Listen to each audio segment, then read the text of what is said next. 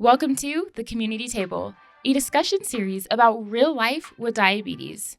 Community Table is presented to you by Beyond Type 1 and made possible with support from Lilly Diabetes and Dexcom. Today, we are focused on screening for type 1 diabetes to promote early detection and improve long-term health outcomes. So for anyone new joining us, my name is Tiana Cooks. I'm the Senior Community Manager at Beyond Type 1. And I'd love to introduce you all to Anthony Alfredo, also known as Fast Pasta. Do they still call you that? Yeah, as long as it's not slow pasta. I love that. Okay, so with a name like that, you do some cool stuff. Anthony is a professional NASCAR driver known for his impressive skills on the track and his advocacy for type 1 diabetes. Competing in NASCAR's top series, Anthony has made a name for himself with his determination and community involvement. Off the track, he is passionate about supporting causes related to health and wellness, particularly in the diabetes community. Anthony, thank you so much for being here with us. Oh, it's a pleasure. Thank you all for coming, supporting. This is a really big weekend, obviously. I'm racing this afternoon at 3 o'clock in the Beyond Type 1 Chevrolet Camaro, black and yellow with the number 5 on it. And, the plan's to celebrate in Victory Lane after, of course, but more importantly, there's a much larger mission than just racing this weekend. You know, we're racing for a cause, and I myself just got screened. Super easy, super painless. My beautiful wife right here has type 1 diabetes, as well as my cousin Morgan over here. Hi, Morgan. And growing up around Morgan, she was the first person I ever knew that had been diagnosed with type 1 diabetes. And I kind of learned the basics, but obviously when Emily and I met and started dating, I learned a lot more about it, just the day in and day out, and how people battle 24/7, 365. So I feel like I've been and I think I've been very blessed to have this platform of racing in the national series, and I just want to be able to utilize that to inspire people, help people, raise awareness, and I'm thankful for your support to be a part of this today and hopefully help you accomplish your mission. Yeah, you're incredible. And you already gave Emily the best intro, but I was also going to try to do that too. So Emily, you're equally as dedicated to raising awareness about diabetes and supporting the NASCAR community. Once Emily was diagnosed, together they started to champion to draw attention to type 1 diabetes. And this was accomplished by working alongside organizations like Beyond Type 1 to make a positive impact in the community. So Emily, thanks for joining us here. Thank you. Thank you guys for coming today. I have the most pressing question. How did you guys meet? You or me first? You. All right. So we met at UNC Charlotte. I was originally born in New York, grew up in Connecticut, but when I pursued my racing career, I moved to North Carolina because it's NASCAR's backyard in the Charlotte area. So I first moved there. I was doing high school online, and then went to UNC Charlotte, start pursuing an engineering degree like this guy wants to do over here. And I actually met Emily at school and introduced myself to her and just hit it off. And honestly, one of the connections was I think I was one of the few people to know what her Dexcom and her insulin pump were. So there was just kind of like, you know, she gets a lot of questions about it, and it wasn't a question like, what's that? It was more of, what brand are you wearing, or what kind of pump is that? So, it was very specific. Like, she was like, he knows a little something. Yeah. Well, I introduced myself first. I didn't lead with that. But it was just, everything was super natural, and we got married in January of this year. So it's been congratulations. It's been the best year ever so far, but got my best friend by my side, and she just does a lot to support me on and off the track. That was like so cute. I'm gonna cry. Is that the story, Emily? Yes, that's exactly it. That's amazing. I am so happy. Not just that you have someone that supports you, but he really gets it and he truly cares. And you could just tell, to be here just a couple hours before the race, dedicating your time to share about her diabetes is just amazing. So thank you. So that leads me to my next question, because as we all know, Emily, you live with type 1. So could you share with us what your diagnosis story was like? Yeah, surprisingly, I kind of remember it. I was actually 3.5, just under. My parents, I was throwing up, and I actually started, like wetting the bed again, which was not normal because I was already potty trained, Right. you know, TMI. But and my parents actually thought at one point maybe I had strep because strep was going around. I was really not feeling well and sick, and so they took me to the doctor. And we went home that night, and they got a call from my doctor to go to the hospital and pack a bag. And they went to the hospital, and I was there for a few days. I think I was 799 when I was first diagnosed. Oh, my gosh. So it was crazy high, and luckily it did get caught because that could have ended very badly. But, yeah, it's been a while. Oh, thank you. I mean, Yeah. how crazy is it that you were 3 years old, but that your blood sugar was that high? Yes, crazy. Yeah. Absolutely so happy crazy. that you got a timely diagnosis, kind of. Kind of, yeah. You know, that your parents were able to take you in after noticing your symptoms. And by the way, I still wet my bed when I was 17, and that's when I was like, something's not right. I wet my Yes. bed too many times this week. And it was weird, too, because I wasn't just wetting the bed. Like, I was having, like, dreams that I was going to the bathroom. Like, I was in a stall. I remember, like, yesterday, I'm like, I really thought I was, like, in a bathroom, and I wasn't. I was in my bed sleeping. So it's okay. 3 is a little more acceptable. So, Anthony, you mentioned that you have some family members that live with type 1 diabetes. So how familiar were you with it when, I guess you knew her pump, when you guys met? Yes, that's a great question. So obviously, Morgan was the first person I ever met that had been diagnosed with type 1 diabetes at a young age, and I kind of grew up. I actually babysat a little bit when I was younger for her, which we're not that far apart in age, so she was helping me out with her younger brother and her sister. But Caroline, her sister, actually was diagnosed a few years ago with type 1 diabetes as well. So to grow up a little bit around it, we're really close, my cousins and I. And like I said, I learned the basics and kind of had some general knowledge, but I didn't really truly appreciate, the battle and what warriors people are who are fighting this day in and day out. So when I met Emily, that was kind of that reality check of I had the basic knowledge, but I really saw what it takes, day in and day out for, people living with T1D as individuals, but also at what we can do, someone like myself, as a support system to try to help whenever possible. And, it's just not easy, and you can't do it alone. Right. Wow. So you've got type 1 diabetes kind of close to you, and obviously you live with it. And then you also got screened today. So can you tell us why you wanted to get screened today and how that process was for you? Yeah, it was obviously, I think a lot of people get nervous about the screening process for obvious reasons, because of the what if on the results. But that's exactly why you should get screened, because you want to get ahead of it, right? The last thing you want is, Emily was a toddler at the time, and it was a really close call. So you don't want to have that cut it that close, right? We got lucky, and I think getting screened is a great way to stay ahead of it, so that if you do get the news, at least you can try to take some preventative measures for your livelihood and just start preparing yourself rather than risking your life by not knowing and it just sneaking up on you, because I've heard some scary stories before. So it was super easy, super painless. I obviously wanted to do it myself. My Aunt Karen did it. My friend Briar, who's helping capture some content today, did it.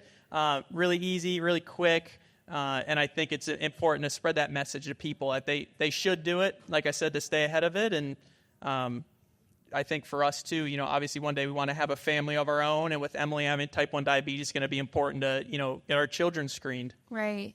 Yeah, I mean, you said that you all have that connection too with your side, and then you've got type 1. And we talked earlier about some stats that you're 15 times, I guess, more likely when you have a loved one that has type 1 diabetes. And so it's so important that you just know. It's just good information. Dr. Robertson talked about how we're just equipping ourselves with knowledge today. And I like thinking of it like that. It makes it a little lighter and not as scary. But did you cry when you got your finger pricked? No, I was a man. I was holding it in. It's funny because sometimes I'll have my little brother, like anytime he wasn't feeling good when we were growing up, I'd be like, we need to check your blood sugar. And I think I'm a doctor, and I'm like, oh, it's good. It's at 90 or normal. Lucky. And he's just like, I don't feel good. However, we did get my brother screened not long after I was diagnosed, and he came back with one antibody. And so we kind of just like blew it off, and it was like good to know, but we think he's fine. And a couple weeks ago, he went into the doctor's, and he had like a rash on his body. And so they just did blood work, and one of his tests came back a little off for his glucose. So I immediately freak out because I'm like, now he might actually be sick. Like, it's not funny anymore. And I'm still processing. I don't want to cry today. But I went and I put a Dexcom on him so that I could monitor his blood sugar for the last 10 days. And those his numbers are reading really high. And so after this weekend is over, I'm going to take him to get screened again so that we can see if it's developed into stage 2, like Dr. Robertson has talked about. So it's important information to know. And I just appreciate you for being proactive and showing other people why it matters, especially other drivers. Hopefully they can become advocates too. But on that note, I know you talked about, planning for a family. When your little one gets here, I assume you'll probably get them screened. So this might become like more of a regular thing for you guys. Yes, yeah, for sure. Just because it is so important, and with it being in our family and his family, it's probably even more prevalent, Right. But it's not scary. We're not here to scare anybody. No, and that's the whole point is the education side and the awareness side, understanding and being prepared. I've been fortunate to learn about it. Emily, knows what it's like to live with it. So if we're ever in that position, I think we can do our best to deal with it, but just knowing that I believe 80% of cases can be new, no family history or bloodline, that's pretty crazy, and that's something you want to get ahead of. So in knowing that, it's something for families out there to, like, maybe you take your whole family, like mom, dad, kids all get screened, and just you never know what it could come to, and that's why it's important for us to, in addition to encourage people to get screened, just raise awareness. What is type 1 diabetes? How do you manage it? What does it mean to live with it? So I think that's critical for people who maybe have no connection or knowledge about it. Just, for if they ever do meet someone with it, or maybe they end up living with it or have a child with it. Right. You could be like, I know the coolest person. I have to connect you with her. She just is beautiful. She's strong. She does a lot of advocacy with her platform and just educating people about type 1 diabetes. Thank you for using your voice to be here today and to continue spreading this message. So Anthony, another question for you is, how have you been able to kind of make a wave in the NASCAR world? And have you been able to kind of talk to any other NASCAR racers that live with type 1 diabetes? Is the racetrack, do people know that your wife lives with it? Yeah, I've definitely tried to utilize my platform, as I said earlier, to spread the message and raise awareness. And obviously, just Emily's at the track with me almost every weekend. She's my biggest supporter, and people are familiar with her now at the track and see her managing her numbers at the track. Our hauler driver who transports our race car around the country every week, he keeps a box of fruit snacks on the truck. Costco size. We got low snacks on there. So the team's very supportive, and we're encouraging the crew, other people in the garage, other drivers to get screened. I came and did it today. I was saying to some people how I'm about to go race at almost 200 miles per hour. If I could do it before I go do that, we could someone could find time to go swing by and get screened, right? It wasn't detrimental to my day or my physical, feeling, well-being of the day for that matter. Oh, you're the best. I have so many questions, by the way, about this NASCAR race. But before we get into that, Emily, how is it for you getting into the events? Do they have you bring a certain size bag? Can you does it have to be a clear bag? So I'm just fortunate enough. I have a hard card, so we kind of get, people don't really check my bag. So I get the pass on that one. I'm not going to lie. It's kind of nice. But any other situation like, concerts or anything like that, usually there is a size and stuff. But I feel like most people have been pretty understanding when I explain the situation, and then they also see a grown person with like fruit snacks, and I think they just are like, oh, okay, like what's she really gonna, So everybody's pretty understanding, and it's not bad. That makes me so happy. Yeah. I was wondering, because I'm going to the race after this. I'm cheering for you, Anthony. But I'm like, I wonder if I brought like the right size bag. Like I need to measure it. It said like 14 by like 2 or something like that. Yeah, you know the rules. Okay, well, before we head out, I have to know a couple things for you, Anthony. Like, how do you plan on continuing to spread awareness, and also, how are you preparing mentally for the race today? So this is a very strange race weekend here at Atlanta Motor Speedway. It's considered a super speedway now, so we actually don't practice. We just qualified at 11 a.m. We're starting 15th out of 38 in the race. I believe we have a really fast car, and we're going to have even more speed in the race and qualifying. So it's strange not getting the practice laps in because qualifying just one lap. So make one lap, it's kind of hard to tell the handling of your race car.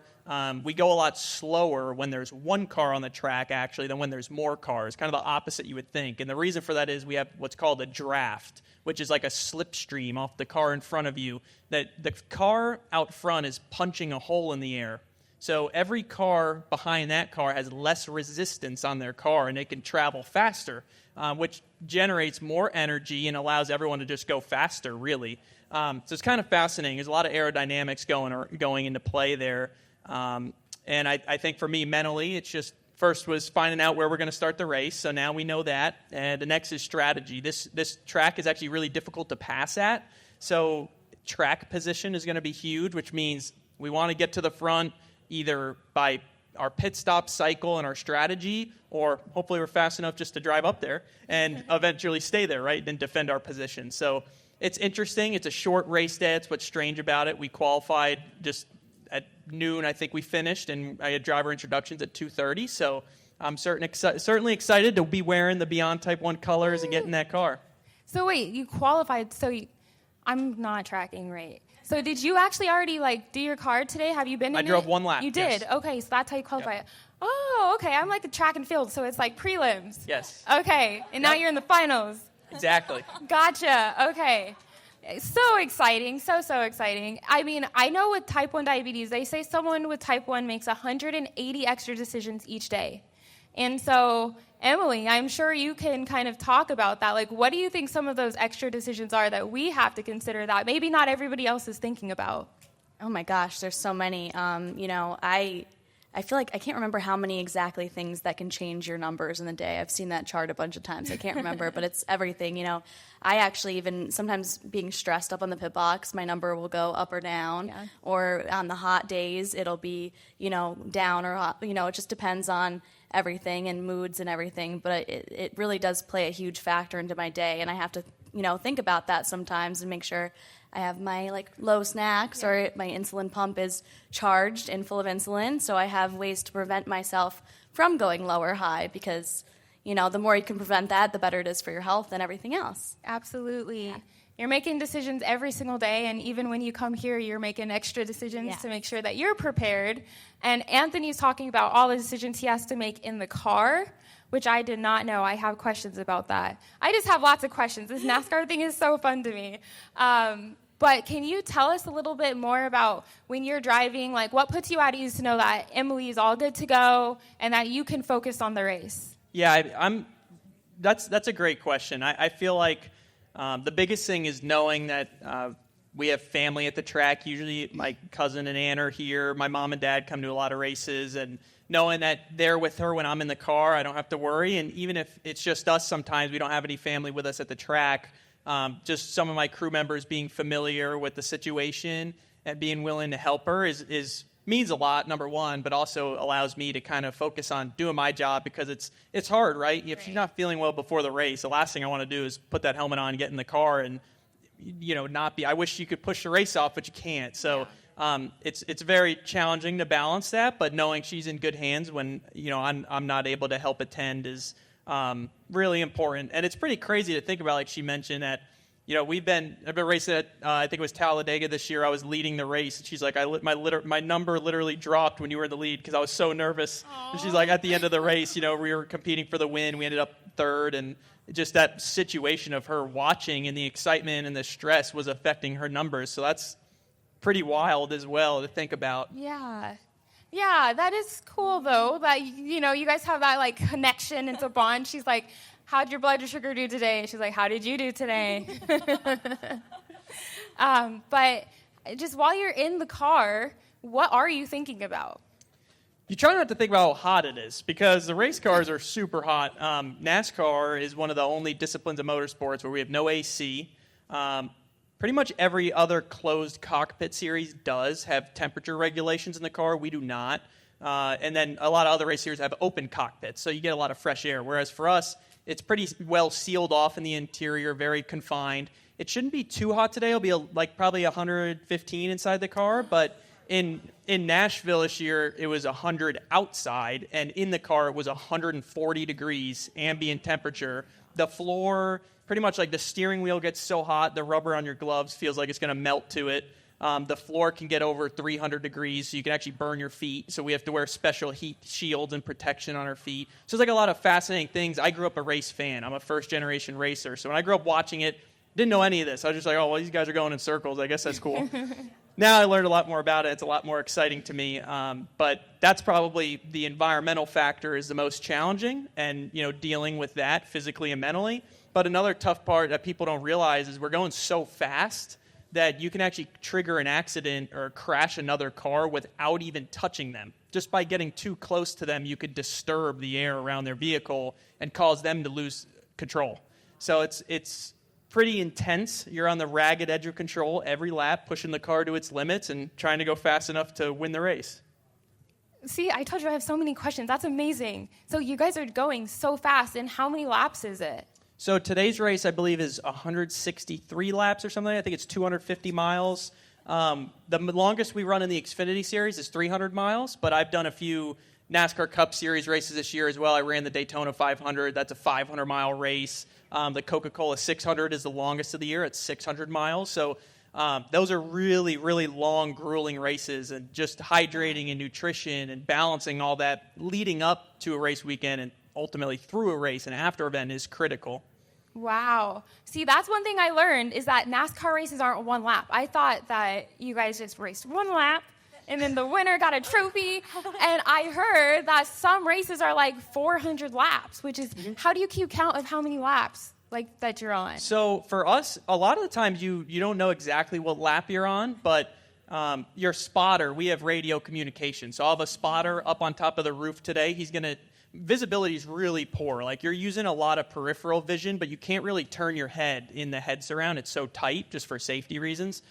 So your spotter's kind of telling you where other cars are on track, feeding you information like what lap you're on. Hey, there's 10 laps to go, 5 laps to go. That's when the intensity starts ramping up. We also have stage breaks. So at the end of the first 2 stages, he'll let me know, hey, the stage is about to end. You get bonus points if you finish a stage in the top 10. So there's just a lot of information him and my crew chief are feeding me, and I'm just listening to. The only time I talk really is to tell them how the car is handling and what adjustment I would like them to make to help the car handle better.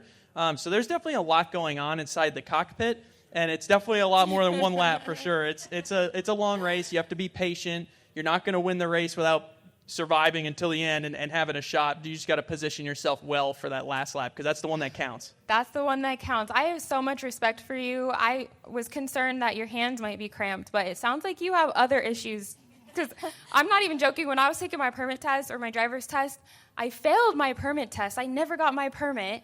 And then I was taking my driver's test, and I got so tense that I was like literally thought I was going to pass out. My shoulders started hurting. Yeah, my rookie seasons, I definitely put myself through the ringer a few times by being way too tense on the wheel. I'm like, I got to loosen up. And it just comes with confidence and experience. You're nervous your first few races, but now I've kind of learned what I need to do during the week to train and hydrate and, manage the environment. But every situation's so unique in racing. Like, no race is the same. No lap is the same. You're always in different situations. So the more film you study and data you look at, the more prepared you are for what you might face. And the races that are longer are tough. Martinsville Speedway, we run 500 laps. So that's a long race. It's pretty grueling, especially with those temperatures I mentioned in the cockpit. Fun fact, the most weight I've lost in a single race is actually 12 pounds, just of water weight. That's how much you sweat when it's that hot. So there's a lot that goes into it physically, and when you start to feel tired or fatigued physically, you start to fall apart mentally. And it's kind of like, I guess, if you were having a low or a high, right. You don't feel right, you're not in the right state of mind. So it's challenging to manage all of that for sure. That's a great correlation. We're just as cool as NASCAR drivers because we have to battle lows. No, that's actually really great. And like I said, I have a million questions, so I might have to grab you after this because I'm still so fascinated. I'm so inspired, and I can't wait to watch you race today. But I want to give the audience maybe one or two questions if anybody had questions to ask Anthony or Emily before we close out today. Yeah. Who's your favorite race car driver when you start? Favorite race car driver when I was growing up? Yeah. So Dale Earnhardt Jr. was my favorite growing up. My parents were big Dale Earnhardt Sr. fans, so I grew up a junior fan, and I actually kind of got my first break for him. I drove for his late model team in 2017, the year before Emily and I met, actually. Won a couple big races, and that opportunity kind of helped put me on the map. So it was kind of cool. My childhood hero, I got to drive for him and win some races, and it helped propel me where I'm at now, because I'm still a fan at heart. Every time I drive through the tunnel or walk into the track, I'm just so fascinated and thankful I get to do this for a living. I feel so blessed. So it's really cool to be one of the few guys who gets to do this for a living. I certainly don't take it for granted. That's amazing. And great question, by the way. Look, we have a couple more questions. We'll go to Megan. What's your question? Yeah, what's your favorite color? Today I think it's Beyond Type 1 yellow. Ooh. We'll definitely see your car on the track. I'm so excited. Okay, Jackson, what's your question? Unfortunately, too many times. Has he ever It crashed? kind of comes with the territory. Yeah, it doesn't. We're racing so, like today, you're going to see an accident at some point. Unfortunately, just with the speeds we're traveling at and how easy it is for an accident to happen, it's inevitable. You eventually get caught up in one.